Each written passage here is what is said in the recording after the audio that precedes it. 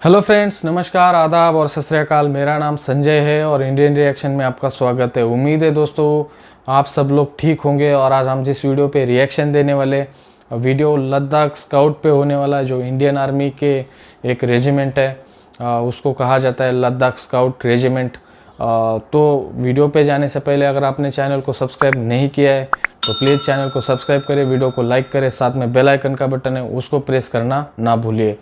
तो पहले वीडियो देख लेते हैं, उसके बाद बाकी बातें कर लेंगे। Let start.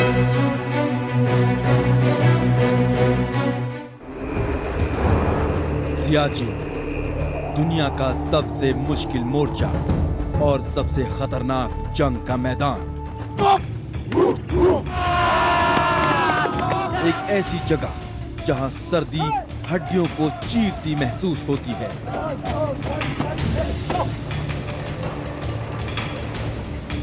और इंसानी जिंदगी अपने वजूद के लिए जूझती है।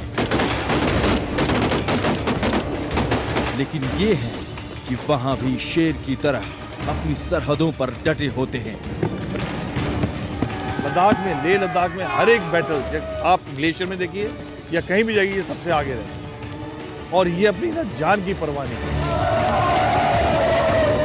लद्दाख स्काउट एक कम जानी पहचानी रेजिमेंट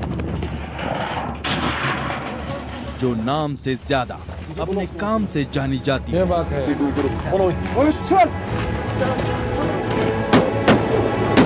लद्दाख स्काउट के बारे में इन्हें ना तो सर्दी हिला पाती है और ना ही ये पहाड़ इनके हौसले हिला पाते हैं। है उनके, जो उनको मेडल्स नंगे मिले हैं पथरीले या फिर पहाड़ जिनसे जिंदगी खौफ खाती दिखती है।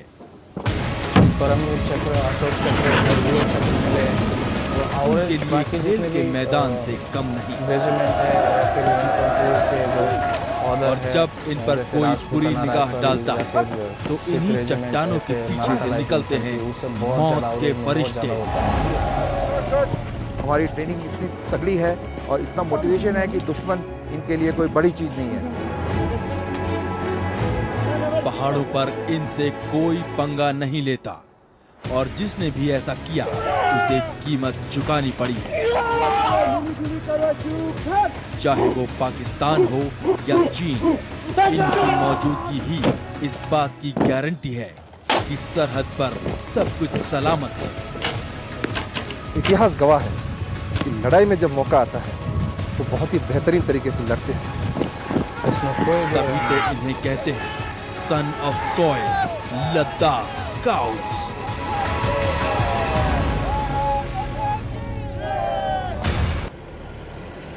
लद्दाख का इलाका जहां तक नजर जाती है ऊबड़ खाबड़ पथरीली जमीन और चट्टानी पहाड़ियों का एक सिलसिला सा दिखता है।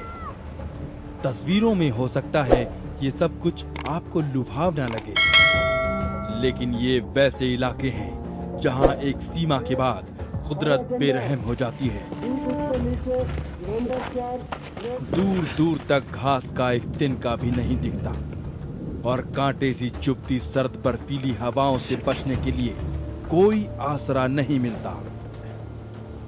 हिमालय के उस पार के हिंदुस्तान के इस हिस्से को जानकार ठंडा रेगिस्तान कहते हैं, जहां पारे का शून्य से नीचे दुबकना आम बात होती है और हम इसे हिमालय पार का हिंदुस्तान कहते हैं।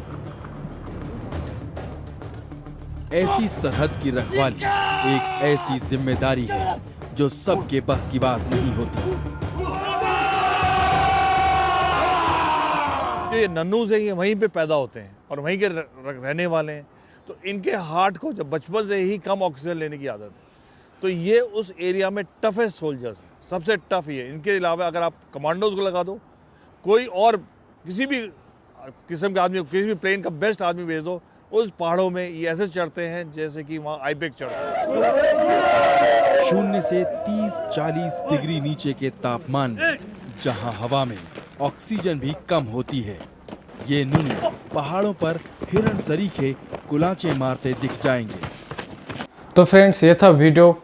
जैसे मैंने बीच में कहा कि जो लद्दाख स्काउट है, इनके बारे में कहा जाता है कि जो एवरेज मेडल्स मिले हैं लद्दाख स्काउट को, क्योंकि इनकी जो संख्या है बहुत कम है। लद्दाख स्काउट की जो उनकी मैन फोर्स है कम है, पर जितने भी है उनको जितने अवार्ड मिले हैं, जितने उनको मेडल्स मिले, वो एवरेज जब निकालते हैं आर्मी में किसी रेजिमेंट के तो बहुत ज़्यादा हो जाता है। इतने बहादुर सोल्जर्स है। जैसे आर्मी ऑफिसर भी कह रहे थे, जिस क्लाइमेट में वो पैदा होते हैं उस क्लाइमेट में आप चाहे कमांडो को लगा दो, वो भी उनके सामने नहीं टिक पाएंगे, क्योंकि वो पैदा ही 16,000 या फिर 20,000 फीट पे हुए हिमालय में और उसी क्लाइमेट में पले बड़े हैं।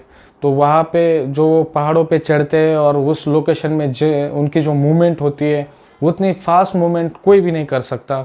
और आप जब वीडियो में देख रहे होंगे जो रनिंग कर रहे थे, वो दौड़ थी उनकी, वो हिमालय के उस ऊंचाई पे थी जिस ऊंचाई पे आप ठीक से शायद चल भी ना पाए, वहाँ पे वो दौड़ लगा रहे थे।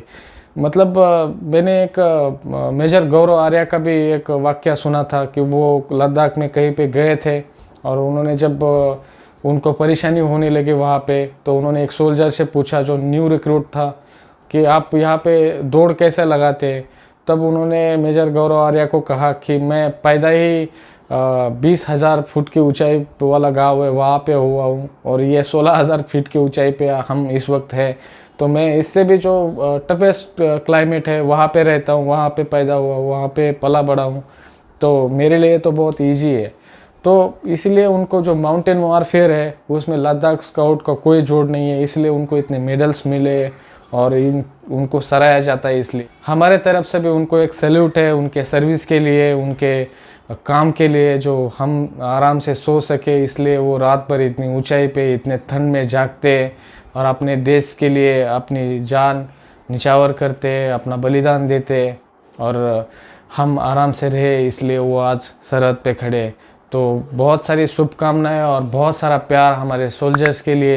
यह था वीडियो फ्रेंड्स, आपको कैसा लगा मुझे कमेंट बॉक्स में ज़रूर बताना है। अगले वीडियो मिलते हैं, उससे पहले अगर आपने चैनल को सब्सक्राइब नहीं किया है तो प्लीज़ चैनल को सब्सक्राइब करें। इंस्टाग्राम का लिंक डिस्क्रिप्शन में है और स्क्रीन पे भी है, वहाँ जाके भी प्लीज़ फॉलो ज़रूर कीजिए। जय हिंद।